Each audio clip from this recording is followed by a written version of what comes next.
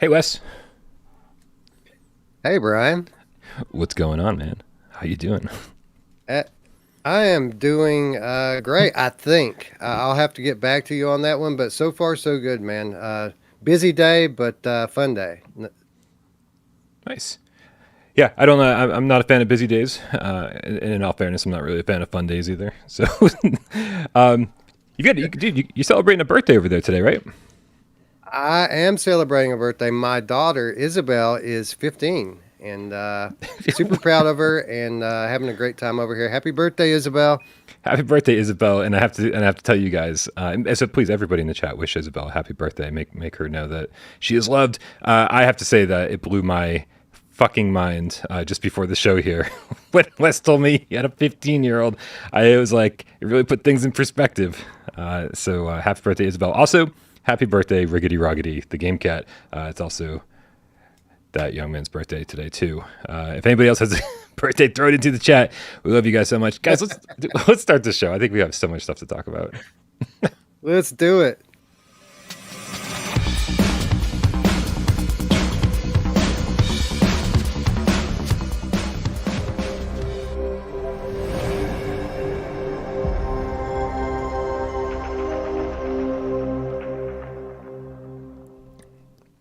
This is PSVR Gamescast Live. We film live every single Monday, Wednesday, and Friday right here on PSVR without parole, 6 p.m. Eastern. Eastern, is that right? Yeah, Eastern. It's always Eastern. I've never lived anywhere else other than Eastern Standard Time, Eastern Daylight Time. You know what? I don't know why I'm still talking, especially with my co-host here, Wes Dillon from Virtual Strangers. Thank you so much for joining us today, Wes. How you doing, man? I am doing well, I think. Like I said, my head's kind of spinning. I've been doing three things at once for about the last 3 days. But we're here. We're on time. We're among friends. So, yeah, I guess I'm doing pretty well. We better be among friends, man, because if we're not, I don't know. Things could go horribly wrong today. Very possibly, anyway. Guys, a little bit of housekeeping. Make sure that if you're not a member of our Discord, click the link in the description below and join us over there. That's where this party happens 24/7. Although the party's been a little sparse, might I say. I've been a little out of it. Haven't been around as much as I'd like. Oh, right, Paul Powell. Excellent point. Wait, I was going to say it's West Day or West Nest Day or whatever we're deciding on that, but he Yeah, says you kind of happy missed that one, man. Happy Bryan Nest Day. Yeah, we'll get to it, man. We'll get into a routine soon enough, right? I think it took me and Dave and AJ and whatever years to get into a routine and have our things. But yeah, happy West Day. Also, don't forget if you want to support us over on Patreon.com/withoutparolegames. Please, for just $3 a month, you can get your name on that scroll down below. You can also get access to Patreon exclusive content for $5 or more. And I don't know, man. That's all I got. I'm a terrible self promoter. You still doing the litter box? Is that still a thing? Litterbox is not still a thing. I don't really know what happened to it. I think it was me and Jeremy for a while, like even after all the other co-hosts kind of fizzled out. But right now I'm doing AMAs once a month, just like hangout sessions where we shoot the shit and talk. And it feels very Litterbox like. For anybody who's new to the channel, the Litterbox was sort of like our real world confessionals, where we just talk to the camera. Sometimes multiple hosts sitting together, sometimes just one-on-one with the camera, and we just told a story about our lives. And it's very real world confessional. And so it feels very much like that when I do the AMAs, because I just I don't know, man. I'm an open book. I don't have anything to hide, and I'm just. I probably should have things to hide, but I just fucking tell everybody everything anyway. So it feels like that. But I would like to bring the litter box back, but we are bringing back Why We Love episodes for the $5 or more Patreon tiers, because people said they loved that show, but not a lot of people watched it. And so if you really do love it and you want to bring the thing back, then vote with your wallets, man. We always say vote with your wallets when it comes to gaming. Also vote with your wallets when it comes to YouTube. If you want it, you want it. If you don't, that's cool, man. Plenty of content for you for free. I don't mind at all. Wes, For what it's worth, I really love the Why We Love episodes. It was one of my favorite series on your channel, because let's be honest, a lot of the very best titles on PlayStation VR are the older titles from those years, 2017, 2018, 2016 even. So I always love seeing you guys revisit those titles and talking about them again. So Nice. Well, cool that you're bringing that back. Well, I don't know if I'm going to have a permanent co-host on that. I feel like I'm going to be like kind of picking and choosing depending on the game. We're going to do like one a month for the time being. Wes, if there's any game that you want to take a nice long look back at and do a Why We Love episode with me, then dude, Absolutely. you pick the game and the time, and I'll be there for sure. All right, we're gonna go do 10 hours on Here They Lie, which is interesting because the game is only about 5 to 6 hours. So, Yeah. but we're no, I won't make you do Here They Lie. We'll save that one for October, but I'm sure I'll come up with something good. Oh no, you won't be making me do Here They Lie. That's for sure, man. And if I could, I'll sit down and talk about Here They Lie, and apparently all my weird perversions, because that always sinks into the conversation at the same time, for sure. Wes, I gotta ask you, man. What everybody in the chat is talking about your appearance. About you look like you're going for some kind of job or like your haircut. Did you get a haircut? And I'm just not observant. I did get a haircut, but I think that really what people are noticing is that I'm not wearing a hat today. Where I think the other two times that I've been on GAMESCAST, I had a hat on, and I do have a button-up shirt on. Although it's a Slayer shirt, ladies and gentlemen, not the type of thing you wear to a job interview. I mean, it depends on the job, I suppose. I guess so. Right? If you're applying Like, for a job without parole, then maybe you wore the right shirt. Sorry, spoilers. Spoilers. He already got the job. Wes, what's going on? I'm just feeling very laid back, and I don't want to even like get into the news right now. I'm just having one of those days where it's like I'd rather just hang out and shoot the shit than actually talk about important things. What's happening over on Virtual Strangers this week, man? I know you had a video drop yesterday. That was a big deal. Yeah, we did our third episode of On Location. And for those of you who don't know what On Location is, it's a pre-recorded series where we invite our friends from around the industry. So far, it's just been people from game studios. We invite them to meet us in VR. So that's kind of the hook, is that it's not like a straight interview where everyone sits down in front of a camera and feels very uncomfortable. Instead, we go into VR. We play some games for a little while. When everybody's nice and relaxed, we try to trick them into revealing things that they're not supposed to tell us. But that typically doesn't go that way, or when it does, obviously we can't show it. But we went into Rec Room, as I talked about a little bit last week, with Jimmy Bowers from NDreams, and we played The Rise of Jumbotron. And I did put a call out to the cats and to the people in my own community to give us some user-created stuff to check out as well. And Bryan, nobody put forward anything. I didn't have one suggestion. So we went in and did this horror thing called The Tale of the Wendigo or something. Oh. And it was absolutely terrible. So thanks a lot, guys. Yeah, I would love to. I know you guys can't quite see what's going on below this, but there's a cat right here, and she's basically on the keyboard. And so the whole time I'm trying to I was going to download your video and put it up on the screen. I was going to put a Rec Room trailer up on the screen while you're talking about that. Rise of Jumbotron, I think, has a trailer. I was going to, yep, and here she is. Hello, how you doing? Like, show everybody. There you are. Yep. And I just couldn't access the keyboard, so Astrobot for the entire conversation. Cool. I mean, people in your community must be excited that Fracked is coming to PC, right? Oh, dude, they're ecstatic because I mean, there's this dynamic going on in our community, and we have clicks, right? We have like PSVR click, we have PCVR click, we have Quest click, and I mean, this has kind of been one of those things. Whenever PSVR gets a great exclusive, PCVR tries to start tearing it down, right? Like, it's only 3 hours. We didn't want to play it anyway. And then when it comes to PC, all of a sudden, hooray! And the really cool thing about Frack coming to PC is that it's coming. It's a lot to ask $30 for such a short campaign, but it is coming to Viveport Infinity on day one, which is a subscription service. So anyone who's subscribed to Infinity is going to get to play it for free the day that it launches, which is pretty awesome. Nice. Okay, so well, that seems to be a pretty decent deal. And also the other thing, the thing I know it's only tangentially related to PSVR because it was originally a PSVR game, but I do feel like this. The biggest complaint about Fracked is obviously the length. It definitely feels like repetitive even that in that short amount of time. But I think if it was like a 5 or 6 hour game, like people would have been okay with that. They would have been much happier paying the price tag. And so knowing that this is sort of out of Sony's hands at this point, being like, okay, well, we've released the grip, we may have paid for, some of the production of this game or some of the development of this game.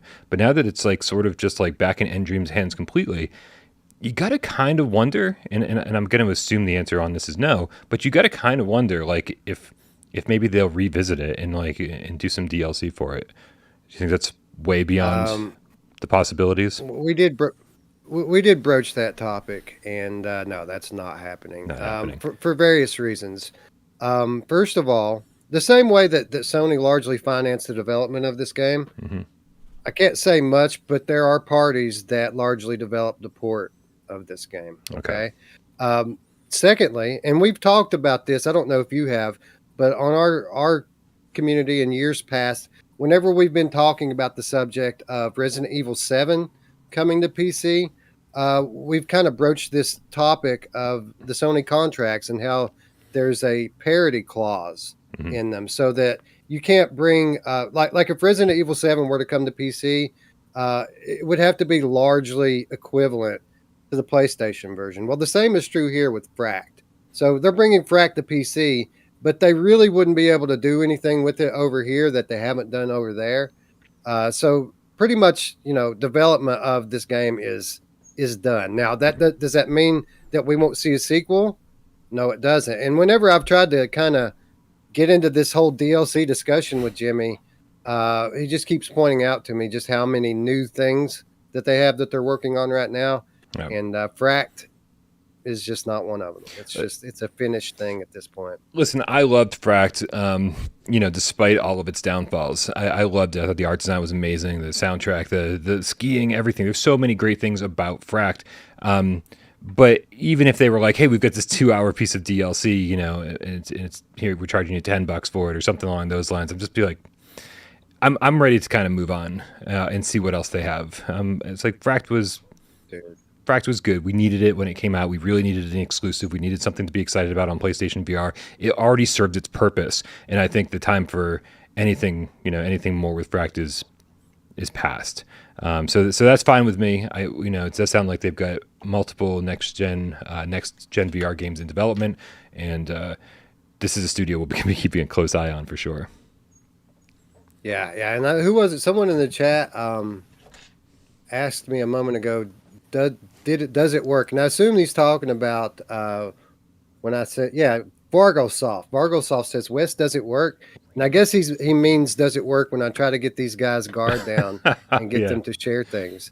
It does, actually, to an extent. Now, Jimmy did share a great deal of things with me yesterday, Fracked being one of them. Obviously, we knew Fracked was coming to PC Sunday night. There were other things that are happening very soon that he shared with me that I can't talk about, obviously. But then there's a lot of things that he didn't share with me, and the majority of that being PSVR 2 stuff. Although he did let me know that they're doing a lot more with PSVR 2 than I even thought. Like I made the mistake of saying that they had confirmed 2 PSVR 2 titles in current development, and he was very quick to tell me that they never said 2. They just said more than 1. And so they've got a lot going on at NDreams. They're constantly restructuring over there, and you probably learn more about that over the next few days. But it's an exciting time, and they're a studio to keep an eye on. Yeah, it's a fun thing to kind of be in the loop and be talking to these developers and community managers and everybody else on the regular. But it also means that like you and me, like our heads are just filled with shit that we can't talk about sometimes, which is like sort of like super disappointing. It's like sometimes I'd rather just like be surprised by the announcement when it happens and just be like, oh my God, this is so exciting. Instead, for like 2 weeks, you just have to go, I can't tell anyone anything. And it finally comes out, like you breathe a sigh of relief. So I understand, man, for sure. Yeah. It's It's one of the first world problems that we just have to kind of deal with, right? Yeah, for sure. People get so mad too when I like allude to things or hint at things, and they're like, "Just tell us. Why aren't you telling us?" And I'm like, "Trust me, I want to tell you so badly." But one of the things we can talk about is that Stride got an update yesterday. Stride on PlayStation VR, and it said performance updates on the patch notes. And so I jumped in today, and I will tell you everything that you need to know, and that it plays exactly the fucking same that it did prior to this. It looks exactly the fucking same as it did prior to this, and I don't know what they updated, but I didn't see any of it. It still stutters when you climb. The graphics are still, or the environments are still like on the blurry-ish side. It plays fine. You don't notice these things while you're playing, but I like these are the things that need to be improved if you're gonna patch your game. And I didn't see it. So, Wes, the reason I bring this up, because I mean, obviously, at the moment it feels very much like a non-news story. Hey, Stride got an update and nothing's different. The reason I'm bringing it up is because I played a little bit of Mortal Blitz yesterday in preparation for my my episode 1 games that never got an episode 2 video. And I jumped into Mortal Blitz, and it was so crystal clear, and it played perfectly, and everything moved super fast and fluid, and everything just looked amazing. Mortal Blitz is a game that's like, what, 2017, 2018? I don't even remember when it came out on PSVR. But it's so weird to me that I look back at these games that were like, mostly well received when they came out, but somehow they look better today than games that are coming out today on PlayStation VR. And it just feels weird to me. I think there was a certain length of time on PlayStation VR where we didn't go, oh God, is it going to be blurry? Oh God, is it only going to have teleportation? Right? It's like, and somehow these problems came into play later in the life cycle. All the games that came out at launch were like super high res and not blurry at all. And then eventually that just became like this way to get around like a terrible port, to be like, oh, well, I guess if Sony's going to be a dick about this frame rate thing, we'll just drop the resolution in half and make it work. I mean, am I nuts? Is this am I just being a revisionist, or is this how it actually went down? No, I think that you're absolutely right, and we can only speculate on why that is. I would imagine that in 2016, 2017, and maybe even early parts of 2018, that Sony was a lot more hands-on with support of PlayStation VR. I mean, there were probably a lot more resources available to those who were developing games in the lead up to the launch of PlayStation VR. So a lot of these games in 2017 had been in development since 2015. And I would imagine that there was a lot of resources available to developers during that time frame because, Sony at that point, they didn't know. I mean, everyone expected VR to be the next big thing, and they expected VR the way it's taking off now to happen like this back then. Yeah. So I imagine that there was a lot more resources available to those early studios, and over the last couple of years, the independent studios, the smaller studios that are getting in, are just kind of having to wing it and figure things out for themselves. Right, and then submit to Sony, and then suddenly have to wait 10 days to find out if they pass QA, and then have it, and then resubmit it if they didn't. It does seem like they're sort of off on their own little island, struggling to even release a game on PSVR. Never mind make it look good or play good. They just to get the game out at all, it seems like a monumental task, and I know people are not thrilled about that at all. Hopefully with the advent of PSVR 2 and PlayStation 5, it's just things are just going to like naturally work a little bit easier, especially for these indie devs who aren't making the most visually taxing games of all time, and get the hardware of the PlayStation 5 and everything else in the PSVR 2 headset, like eye tracking and foveated rendering, to kind of like make this whole process easier. I just really hope, man, that like as we get closer to the PSVR 2 release, these days become just like a distant memory. Because I never want to put on the PSVR 2 headset and go, please don't let it be blurry. Please don't let it be blurry. That would be the worst thing ever. You play a launch game and you're like, man, Village is way blurrier than I thought it would be. Fuck this game. So. Yeah. I don't think you have anything to worry about there. I don't think that they would be spending all the money to put 4K HDR OLED. By the way, the first of its kind, these displays that are rumored for this thing are something like 1,000 PPI or something, where previously anything over 800 was kind of unheard of at the mass production scale. So Yeah. we're talking literally about something that we haven't seen before in this space. I don't think that they would be bringing us this kind of hardware just to have it, turn around and have to downsample everything to it's a blurry mess. I think that the PSVR players have had to kind of deal with things like this for quite some time and be overly patient. And I think that the patience is about to pay off. I think that you're going to go from basically what in 2022 is a lower tier headset to the highest tier headset. And especially when you consider the kind of software support it's going to get. And you're talking about, what kind of support Sony gives developers. In this generation, that type of thing isn't going to be as important because now standards have been established. OpenXR is a thing. There's new VR integrations in Unity and Unreal 5. It's a lot easier for devs to make VR games now than it was 5 years ago. So I don't think that that you have to worry at all about PSVR 2 titles being less than. I think, quite honestly, for the next 2 to 3 years, they're going to be leading the charge, and everyone else is going to be trying to catch up.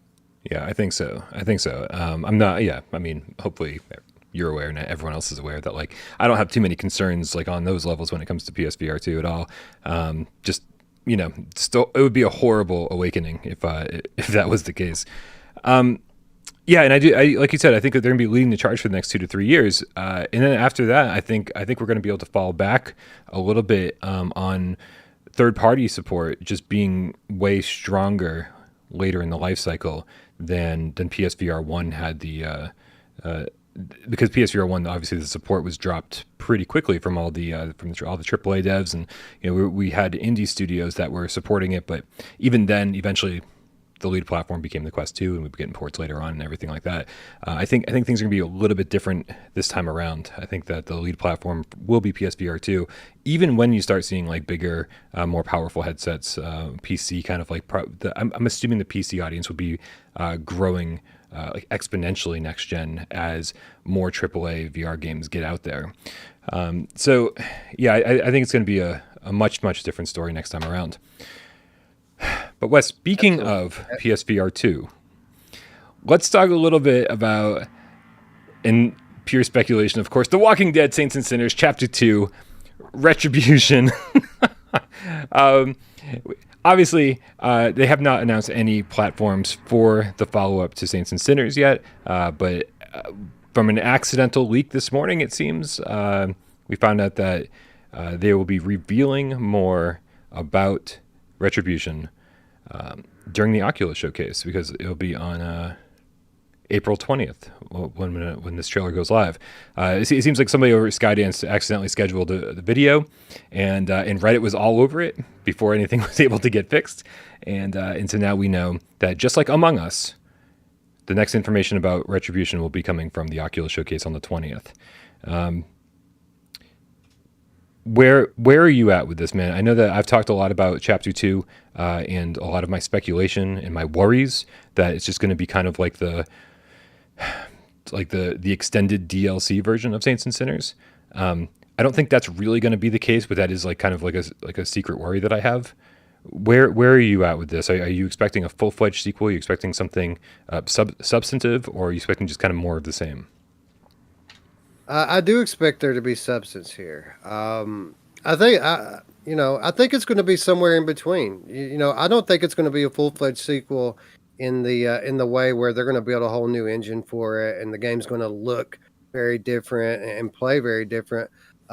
Just the opposite. I think that this game is very much going to look and play like the original. Where I think it's going to be different is I think it is going to be a whole brand new story campaign with brand new maps. I think that there are going to be new game mechanics. There are going to be new characters. There are going to be new weapons. I think that they're very much building a new game inside the confines of the old sandbox, if you will, which is fine with me. In my opinion, this game is the class of VR. It's the best game in VR. And it doesn't matter what platform you're talking about, whether you're Right. talking about PC or PlayStation or Quest, it's the best everywhere. And it might not be the best in any one category, but it's the best all around game that we have in VR. So to get another one of these, I would hope that since this is kind of like an extension more than a full fledged sequel, I would hope that that means we're not going to have to wait very long for it. But either way, I think I'm going to be quite happy getting another 10 to 15 hour campaign in this world because I just love this game so much. The reason I think that you're on the right track with that assessment is that if it's going to be revealed at the Oculus showcase, then obviously it's going to be compatible with Quest 2. And I think Saints and Sinners Chapter 1 pushed the Quest 2 about as far as that thing's going to be pushed, graphically and mechanically. And even, you could see, like, if you'd played multiple versions of the game, you could see how much the AI struggled on the Quest. And, there were frame rate hitches, and it was really being pushed to its limits. And, hats off to Skydance. I mean, I didn't play this game until it hit PSVR, and I was blown away by the PSVR version. And then later on, I played the Quest 2 version for the Aftershocks DLC because that's how they were able to get us the DLC early to assess that. And I was like, expecting the worst. I put that headset on, going, "This is gonna be fucking terrible." And I was like, this is pretty shockingly decent. Like it plays well enough, and everything controls well enough, and it's the same game despite a few compromises. But that all being said, it's being kind of confined by the Quest 2 parameters, the specs, means that I don't think you can really build a new game from scratch or blow the first one out of the water in any substantial way. I think you're sort of stuck with these confines. And so if you're not going to be able to like build a brand new engine and build a brand new everything, then yeah, you're going to be building your new game within what the first game was able to do. Although I do think I'm just going out there on a limb here. I think that they've been listening. The community has been very vocal about things that we want in Saints and Sinners. And I think that when it comes to crafting, when it comes to possibly storytelling, when it comes to possibly even the scavenging, my hope is that they blow those out of the water and they just make all of that like 10 times better, 10 times more stuff to do, 10 times more stuff to find, way more weapons, way more perks, way more power-ups, way more everything, right? Because that was the best part of Saints and Sinners. I mean, the story was fine. But right. I could have spent 100 days in that game just scavenging and building up my character. And so if they just give us more of that, then I think I'm going to be happy. Yeah, I'm the same way. And I do hope that they've been listening to people because, first of all, the people have been very vocal about wanting co-op gameplay in Saints and Sinners. I mean, every update, whether it be quality of life updates or substantial DLC, that has been the feedback. So they're very aware that people want to be able to play with their friends in this game. And I don't know if you remember, but they did an interview, I think, with Upload as they were leading up into the Aftershocks launch. Mm-hmm. And they basically said, we hear you with the multiplayer. It's not going to come in this update or DLC, but this is something that we're looking at for the future. And it was kind of implied that there would be a sequel that had co-op multiplayer. So here we are. Is this that sequel? It's not really been all that long since they said that. So maybe it is or maybe it isn't. But that's certainly one thing to keep an eye out on. The other big thing I would like to have is I would like the maps to be a bit more open. I mean, it was a beautiful map. You had a sense of depth with it, and it wasn't obviously linear, but there were a lot of buildings that I would have liked to have been able to go in and explore. Yes. I would like to have been a little bit closer to like Fallout 4, where I can go in any building and scavenge, and maybe most of them are empty. Maybe there's zombies in this one, or maybe there's weapons and ammo in that one. I'm all about the exploration, just like you. So I would like to see these maps kind of open up, and if they aren't like bigger in terms of like pure diameter, I would like at least some more of the buildings to be explorable. Yeah. Those are really my two big things on my wish list for this sequel, because we already know the physics are going to be great, the storytelling is going to be great. It's still the class. The original is still the class of VR today, and I don't think that's going to change anytime soon. So they can keep all that stuff relatively close to what it is right now, and I'll be pretty happy. Yeah, other than doubling down on everything you said, I would also like the environments to be more diverse, because despite the fact that every one of the locations in Saints and Sinners Chapter 1 had its own feel, a lot of them were also somewhat interchangeable. And it's like, oh, here's a bunch of buildings that look somewhat similar. Oh, this one has more fog or rain than the other one, or this one has a gymnasium, and this one has this camp, you know. But they all kind of felt the same, and I was like, man, where's give me a let me venture into the city. Let me see some skyscrapers. Let me venture into like maybe some wooded areas and stuff where like little factions of people like hang out and stuff. But just a lot more diversity. And I think that was a big complaint about mine, about the first game for me. Mostly because when the radio said, "Oh, go to Bastion for this," I was like, "Have I been to Bastion? Wait, which one was Bastion?" Like, and it just none of them like really stood out because of that. I was like, "Oh, that's right. One has the school. Oh, right, and one has that camp or whatever." But none of them really stood out for any great reason. So I hope we get some real diversity in the maps this time around. Yeah, I can agree with that. And really, it was the ones that had those big landmarks that did kind of stand out. Like the one with the school and the gymnasium really stands out. The one with like the big camp, if you will, that had a bunch of I'm struggling to think of the terminology for the bad guys in this it. One, the tower. The guys were all just walking around the perimeter and everything. Yeah.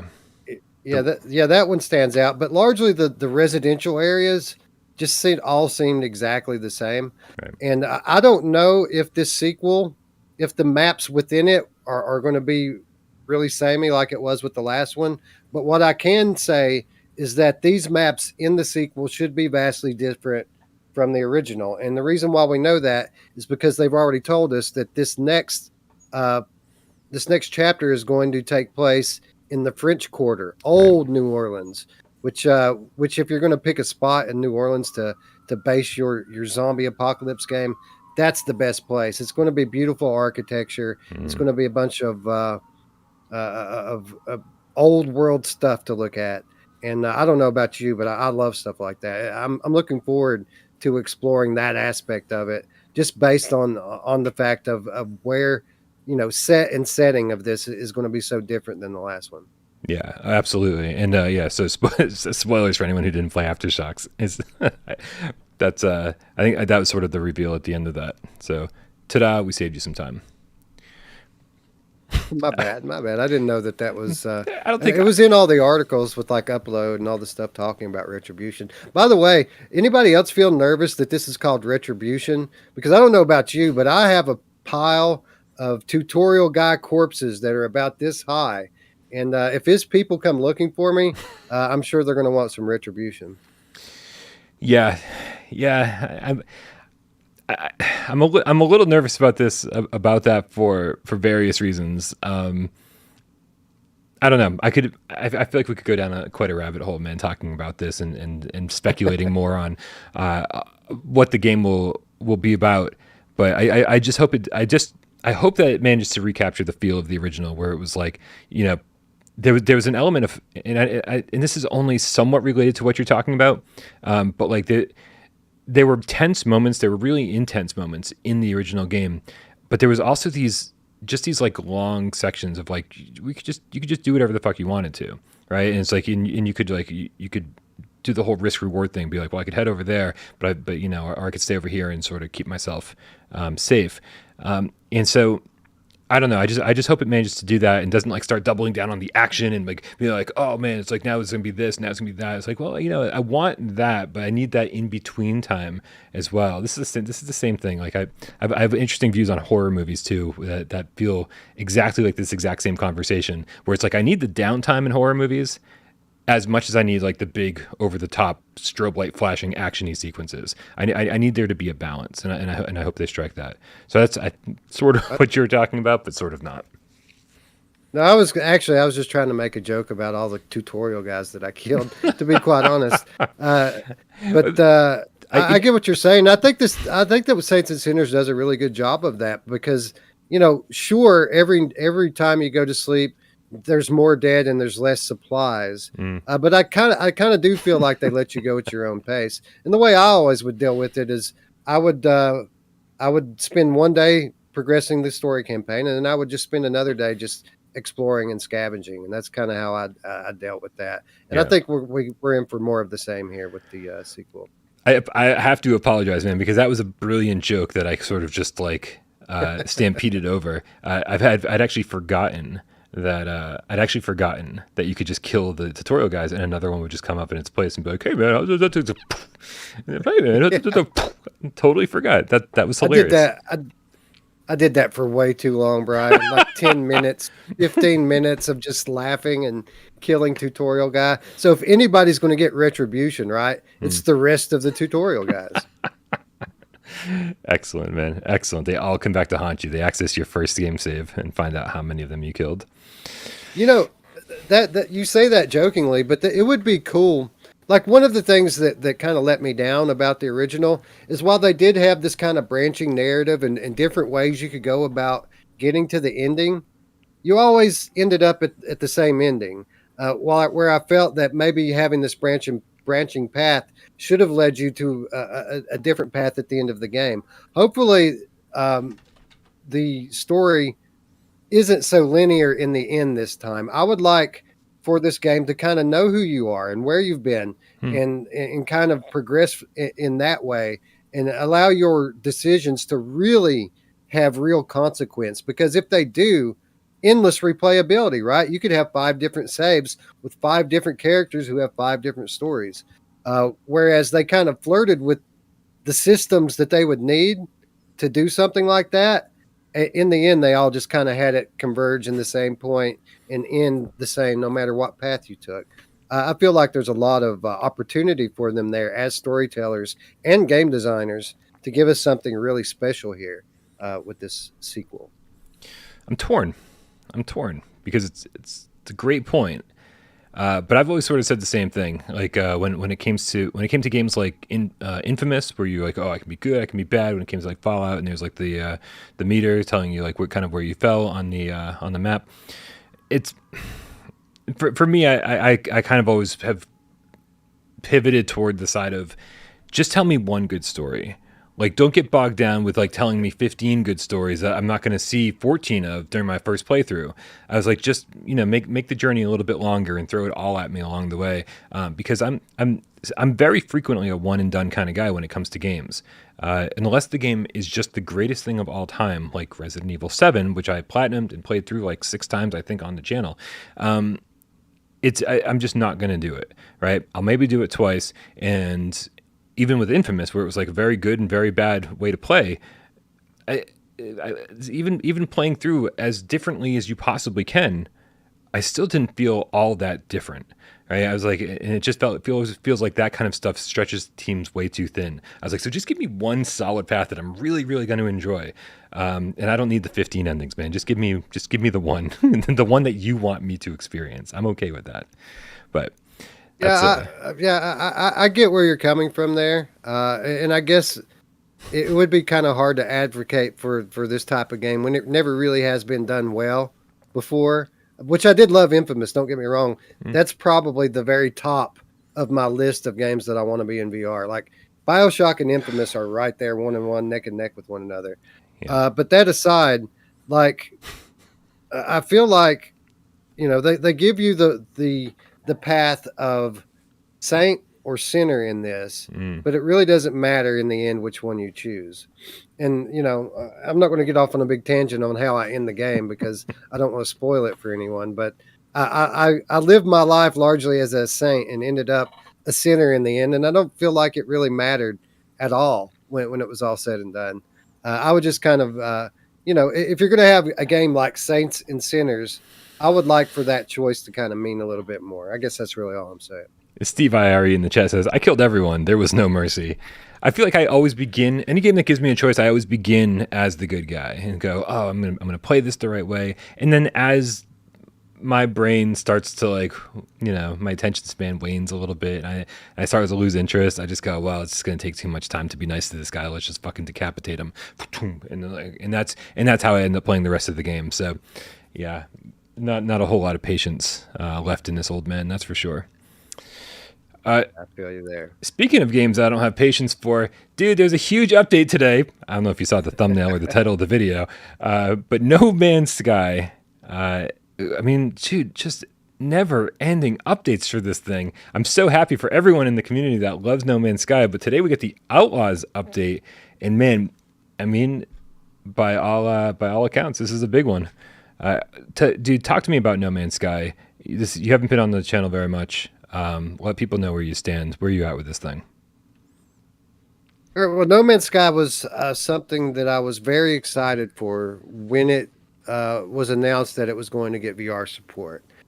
Because like we just spoke about in the last segment, I love exploration. Like I love to one of my favorite things about VR is to be able to actually visit a physical space and explore it and experience it.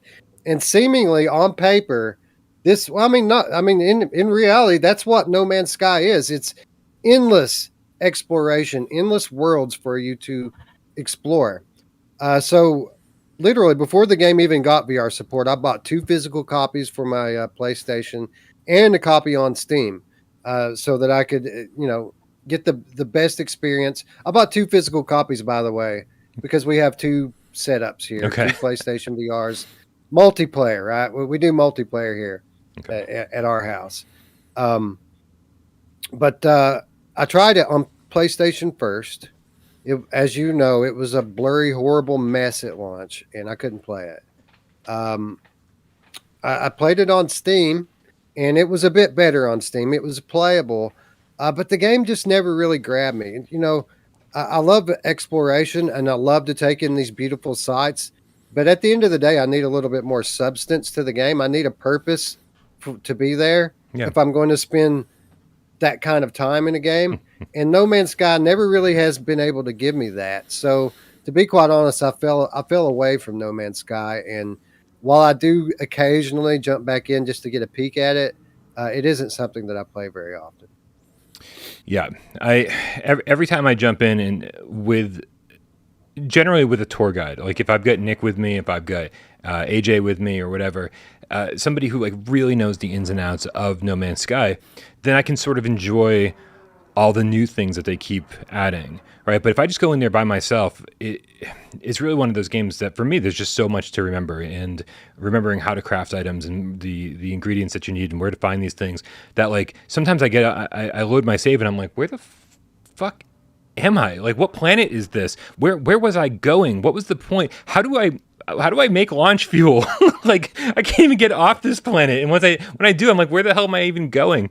And so for me, yeah, I need a little bit more direction in my games.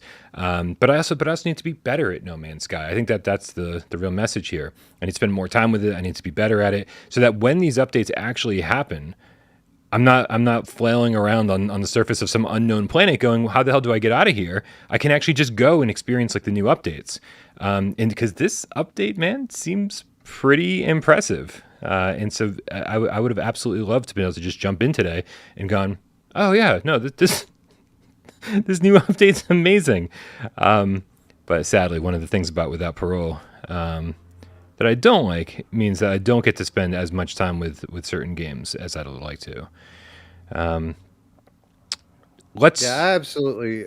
I agree with you there, and I'm exactly the same way. Like we cover every update that comes to this game, and there's a lot, and they've added a lot of cool stuff. But at the end of the day, and to be honest, this Outlaws update, the one we're about to talk about, probably one of the coolest that I've seen, and this is the closest to something that I would want to actually play. So it is kind of sad that we can't just pick it up. I tried. I actually went in to play it today, and I said, you know what? Let's do it on PlayStation because because obviously we're going to be talking about it on a PlayStation VR show. But then I got in there and realized, I have not progressed at all on PlayStation. This is the first time I ever even had played it on PlayStation 5, which, by the way, so much better than it was before. But yeah, I'm nowhere near being able to find any kind of this update stuff, let alone the one that came out today or yesterday or whenever it dropped. Yeah, no, I'm glad you get to experience the game on PlayStation 5, even if you weren't able to check out the update. You made it one step further than I did. Unfortunately, today was a day from hell, and I did not even get a chance to jump in to No Man's Sky at all to even try to find out what was going on here. But luckily, if you go to nomansky.com or hellogames.com, whatever site this happens to be, I'm going to assume it's nomansky.com. It gives you all the list of the updates, and it says Outlaws introducing update 3.85, become an interstellar rebel in update 3.85. Outlaws introducing Outlaw systems, the ability to recruit your own squadron of pilots, improved space combat, a stunning solar sail starship, and much more.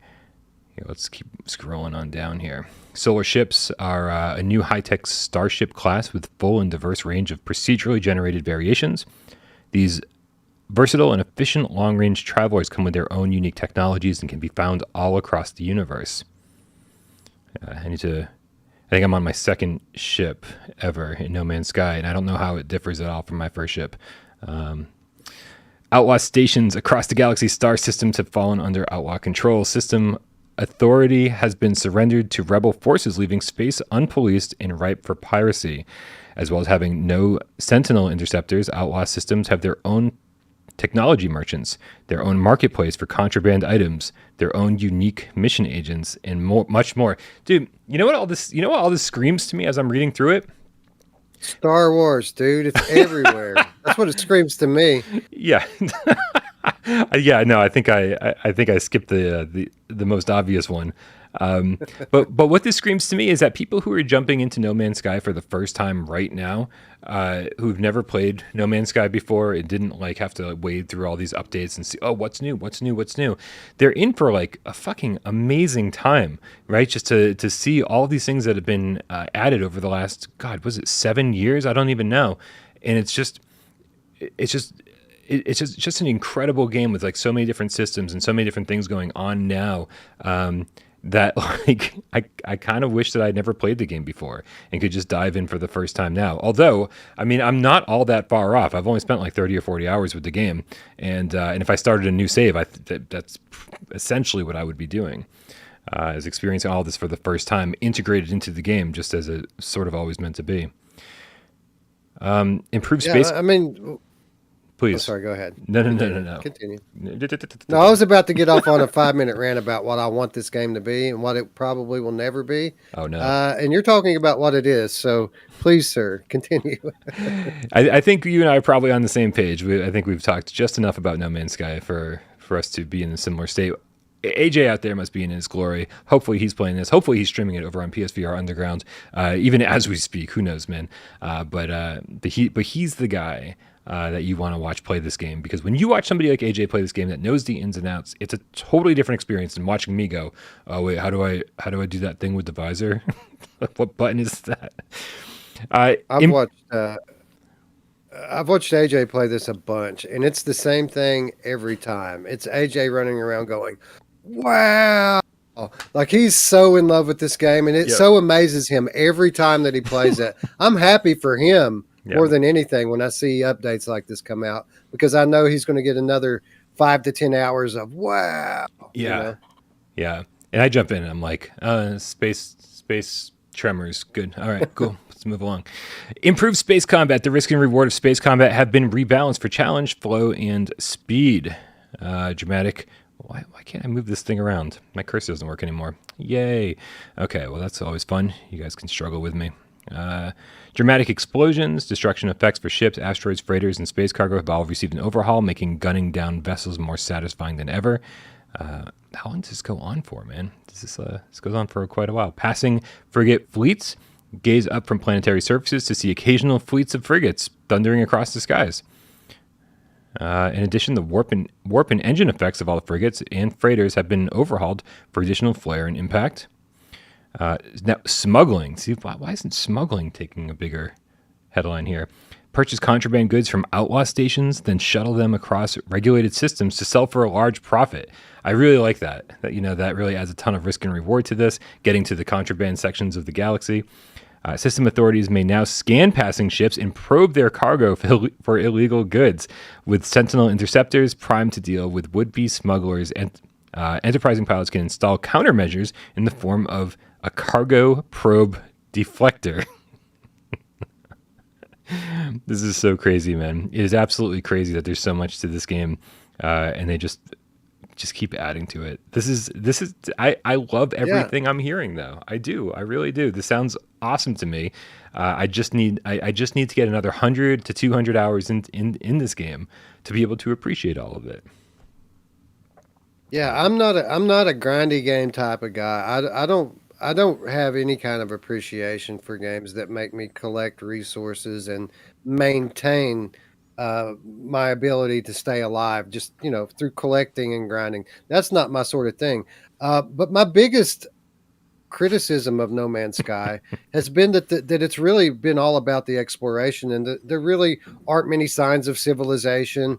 So when you start talking about this smuggling type stuff, when there's actual missions and things that you can sell and merchants you can visit, and you have to worry about being boarded and inspected, this all sounds a lot like the type of thing that I would enjoy playing.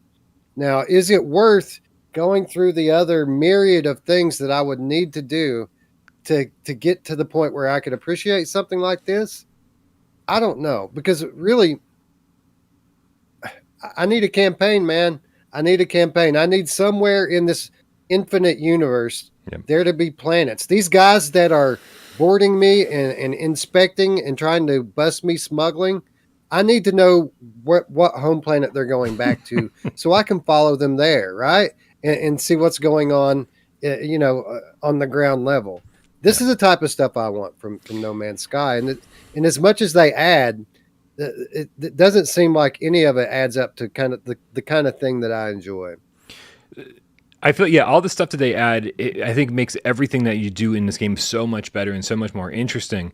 But again, I think we're in the same boat when it comes to being like, procedural generation is great, but I want to land on a planet and have there be like a civilization, like an actual like town where I can walk in and be like, oh yeah, no, this is similar to something I would find on Earth. Here's a store, and here's here's NPCs that have something substantial to say and can offer me side quests that feel like I don't know. It sounds so dumb to say I want something more of a traditional game out of a game that's anything but traditional. I don't think that's fair. It's just not doing the thing that I personally want. Wouldn't it be great if rarely, again, life in the universe is supposed to be rare and special. So wouldn't it be great in this infinite universe if rarely you find a planet that your AI tells you is inhabited by intelligent life? And at that point, you have to weigh your options. Do I visit this planet? Are they friendly? Are they evolved? Are they primitive? What's their society like? What type of beliefs do they have? Are they religious? Are they, you have all these different things you would have to weigh out before you even went to the planet and visited. And these very rare planets could have all different, levels of technology. They could be Stone Age people all the way up to space age people.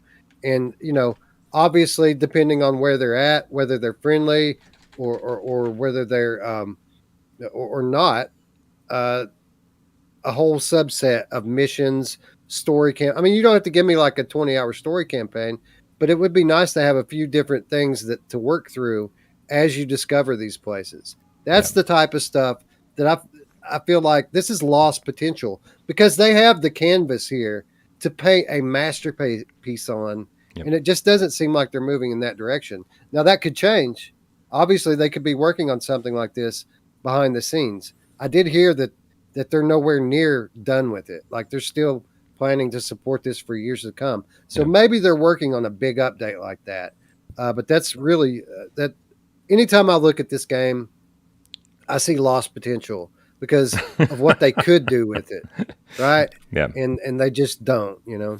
Paradise Decay is in the chat trying to tear us apart and being like, you guys are talking about the game the way it was 2 years ago.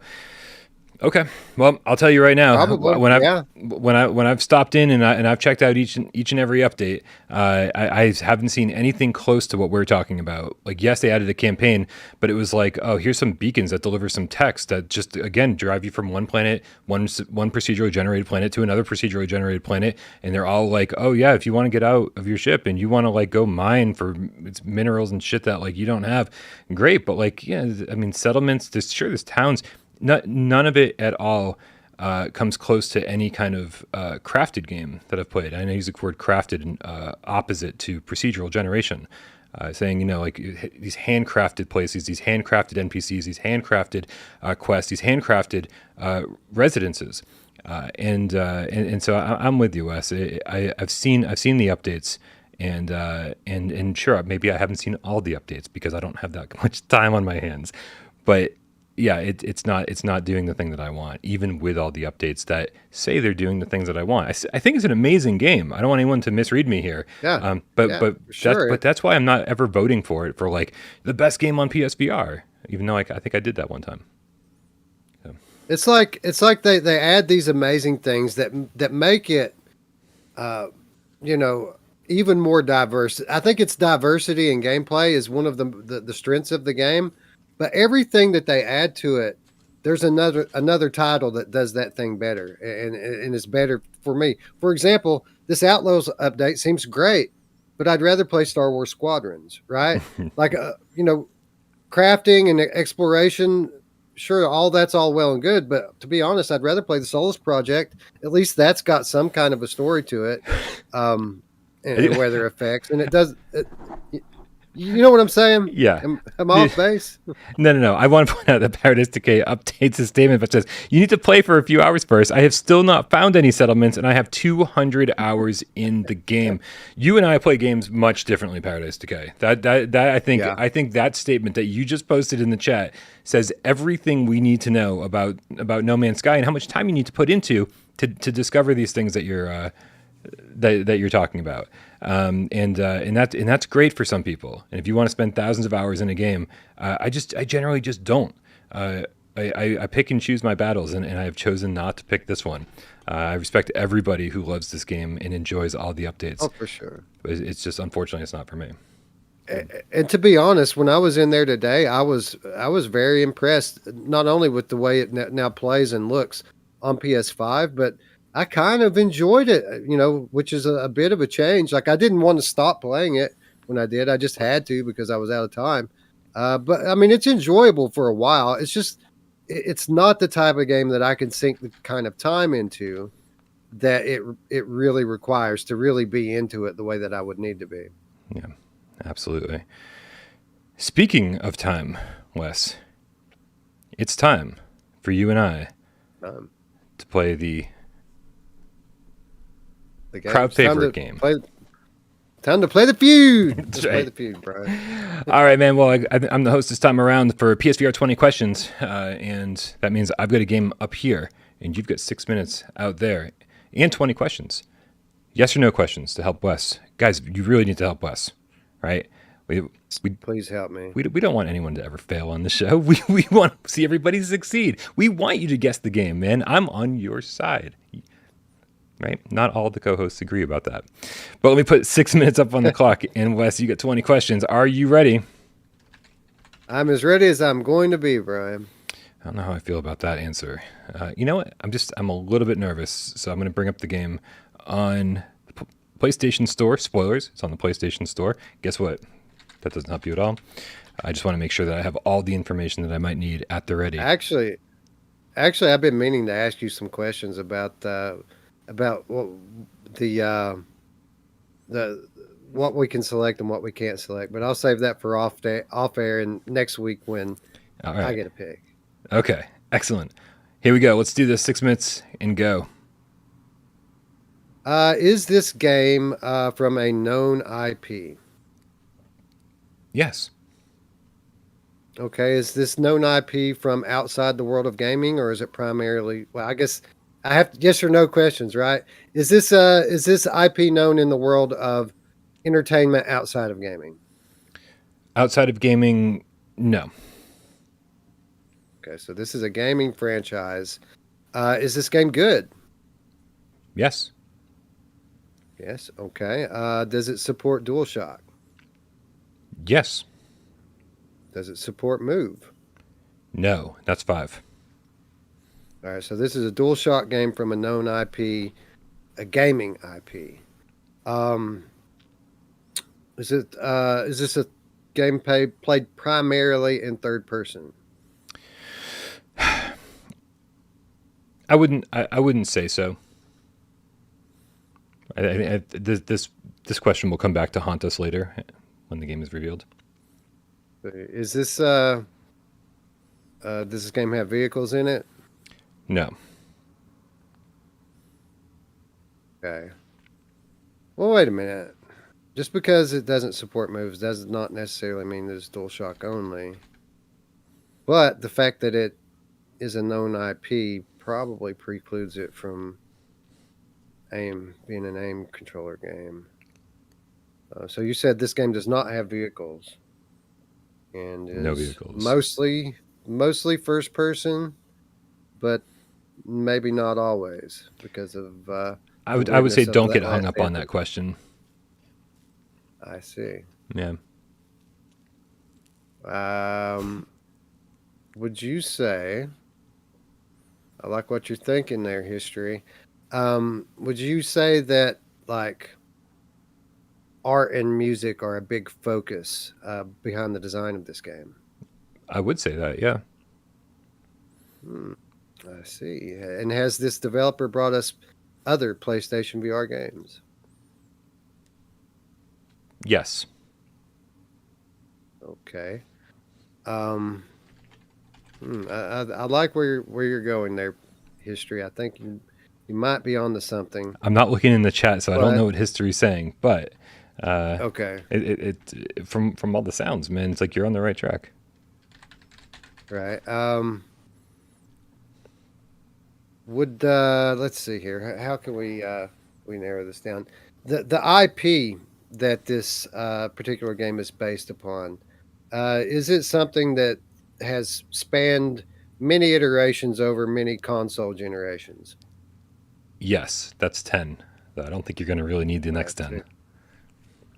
Okay, very good. Is this something, was it a PlayStation VR exclusive when it launched? Yes. Is this game made by Enhance? Yes. Was it? You got me tripped up on the exclusive part. I don't remember if it was exclusive when it launched. If it is what we think it is, then then it was an exclusive at launch, and then it came to other platforms later. Okay. Let's see here. Was this game specifically, not this iteration of it, but specifically this game, playable on last gen consoles? Like this title specifically. Last gen consoles, like wasn't like PS4? PS3, PS2 maybe?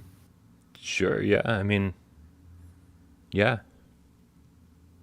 So, okay. Does your character have an on-screen representation? No.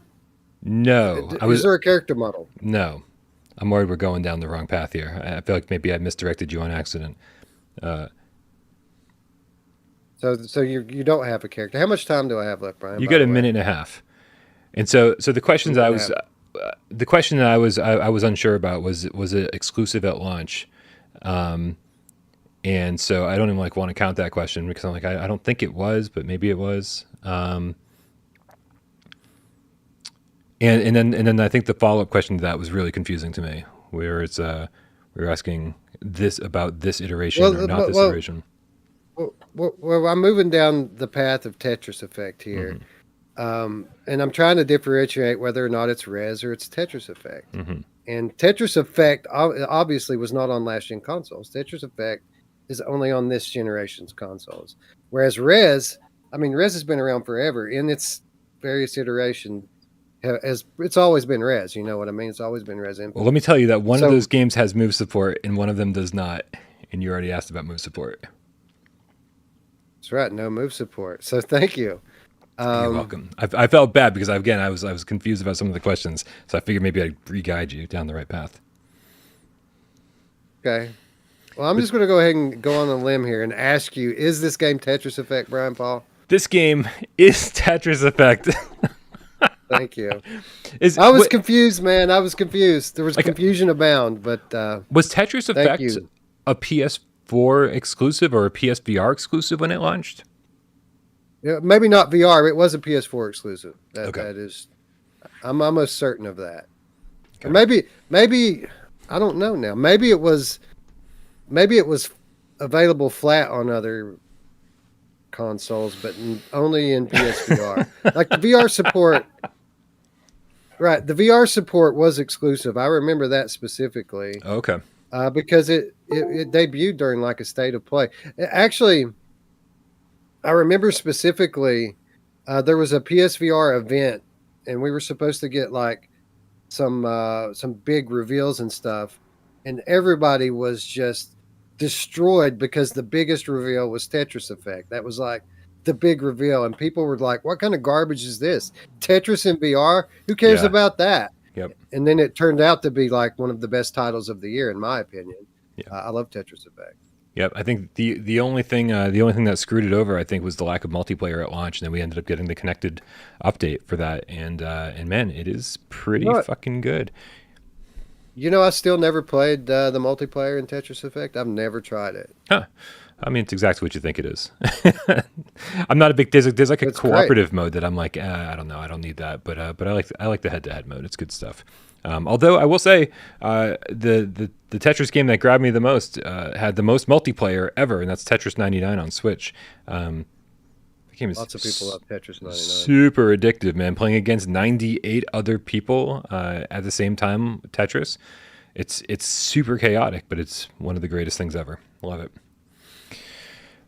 Well, Wes, noted. Thank you so much for hanging out with me on another Wes Day.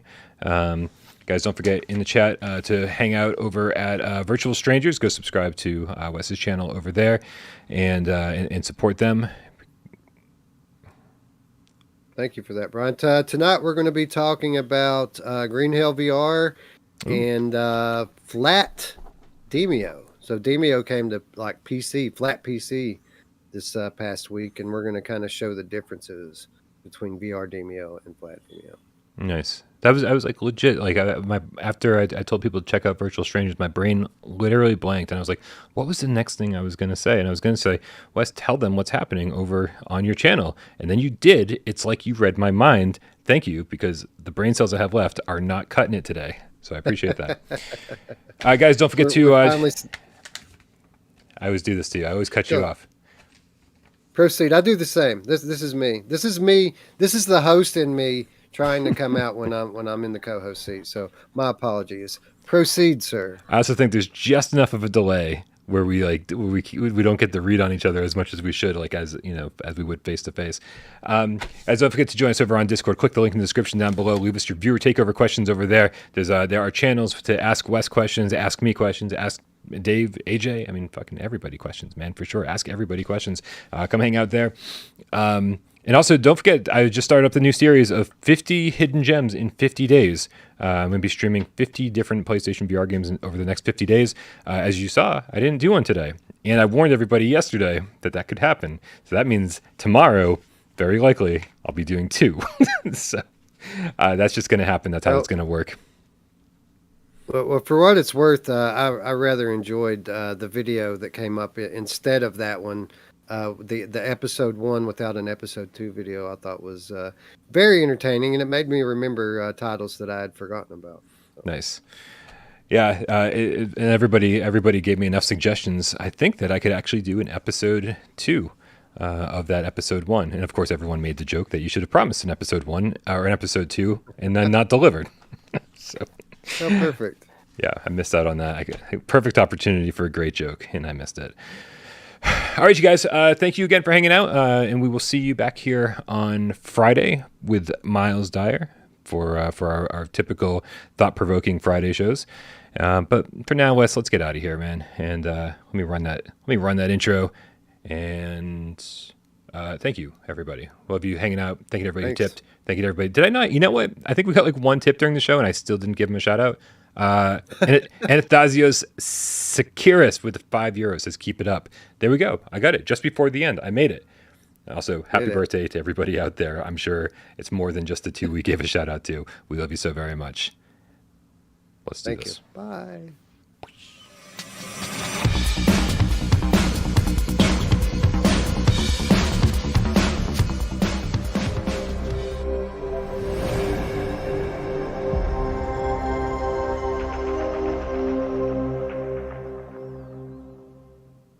Now, Wes, we're still live. Okay, I want to be very clear. We're still live. I got you. But without cueing the cat, I don't know if we're supposed to talk over the outro or what we're supposed to do. We're just kind of like flying by the seat of our pants and figuring this shit out as we go. So yeah, I don't know. I came prepared. Last week I didn't know that we were still on the air, so I made it a point to remember that this week. But yeah, I don't know. I've just honestly, I've been kind of stuck in the mind frame where I want to talk to you about the last video you made, but it's the end of the show, so we can't really do that, can we? Yeah, I mean, I don't know. I guess we could, but maybe later. I don't know. I'm tired. Maybe later. And we're gonna figure this out, man. We're gonna figure this out. We're gonna figure out what West Day means on Without Parole. We're gonna figure out what Miles Day means on Without Parole. But we're not quite there yet. It's gonna that shit will happen over time. Just like We've got like GAMESCAST. We've got miles. We've got miles to go, Brian. Miles and miles and miles to go. That was terrible. You're fired.